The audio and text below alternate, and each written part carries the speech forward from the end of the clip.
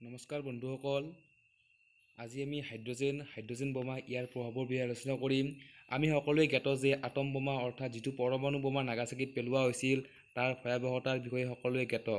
দ্বিতীয় বিশ্ব যুদ্ধৰ পৰা 70 বছৰ পিছত আজিৰ মানুহে যি বোমাৰ কথা চিন্তা কৰি আহিছে আপুনি ভাবি চিন্তিত হৈ পৰিব। সেই বোমাটোৰ নামেই হ'ল হাইড্ৰজেন বোমা, যাৰ কাৰ্যকলাপে নিমিষতে এই মানৱ জাতিৰ তছনছ হৈ যাব।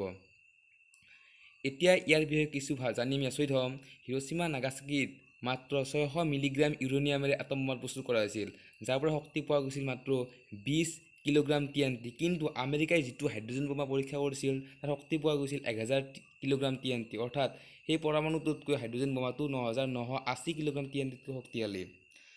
আৰু কিম জং উনে, উত্তৰ কোৰিয়াৰ ৰাষ্ট্ৰপতি কিম জং উনে শক্তিশালীভাৱে হাইড্ৰজেন বোমা পৰীক্ষা কৰিছিল। সেইবাবে দেশৰ পৃথিৱীৰ কলা ইতিহাসত এই ৰাষ্ট্ৰপতিৰ নাম সাঙুৰ খাই থাকিব। অতি প্ৰচুৰভাৱে হাইড্ৰজেন বোমা পৰীক্ষা কৰা এই এজন ব্যক্তি। এতিয়া আমি জানো নাগাচাকিত হোৱা ঘটনাৰ বিষয়ে। 1945 চনৰ 6 আগষ্ট হিৰোশ্বিমা, 9 আগষ্টত নাগাচাকিত আমেৰিকাই জাপানৰ দুখন চহৰ সম্পূৰ্ণ তছনছ কৰিছিল। ইয়াত লাখ লাখ মানুহৰ মৃত্যু হৈছিল।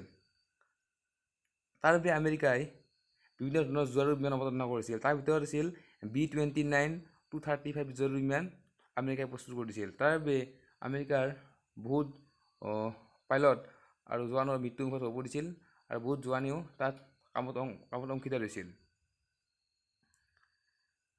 আৰু এই কাৰ্যকলাপৰ ক্ষেত্ৰত মহান বিজ্ঞানী আইনষ্টাইনৰ নাম সাঙুৰ খাইছিল, কিয়নো আইনষ্টাইনে সেই সময়ত এই আটম বোমাৰ বিষয়ে পৰীক্ষা নিৰীক্ষা কৰিছিল। আৰু তেওঁ কিন্তু এই কাৰ্যকলাপত জড়িত হোৱা নাছিল। তেওঁ এই কাৰ্যকলাপৰ বিষয়ে আমেৰিকাই গোপন কৰি ৰাখিছিল আৰু আমেৰিকাই এই কামবোৰ গোপনে কৰিছিল। আৰু পিছলৈ তেওঁ এই কামক ধিক্কাৰ দিছিল আৰু তেওঁ দুখ অনুভৱ কৰিছিল আৰু সদায় এইটো কথাকে তেওঁ দুখ অনুভৱ কৰি কৈ থাকিছিল। মৃত্যুলৈকে এই কথা তেওঁ কৈছিল। গতিকে আমাক শান্তি লাগে, আমাক কোনো বোমা বাৰুৱে আমাক একো কৰিব নোৱাৰে। আমাক শান্তি লাগে আৰু শান্তিৰে পৃথিৱীত জীয়াই থাকিব লাগে। ধন্যবাদ, আজিলৈ ইমানে।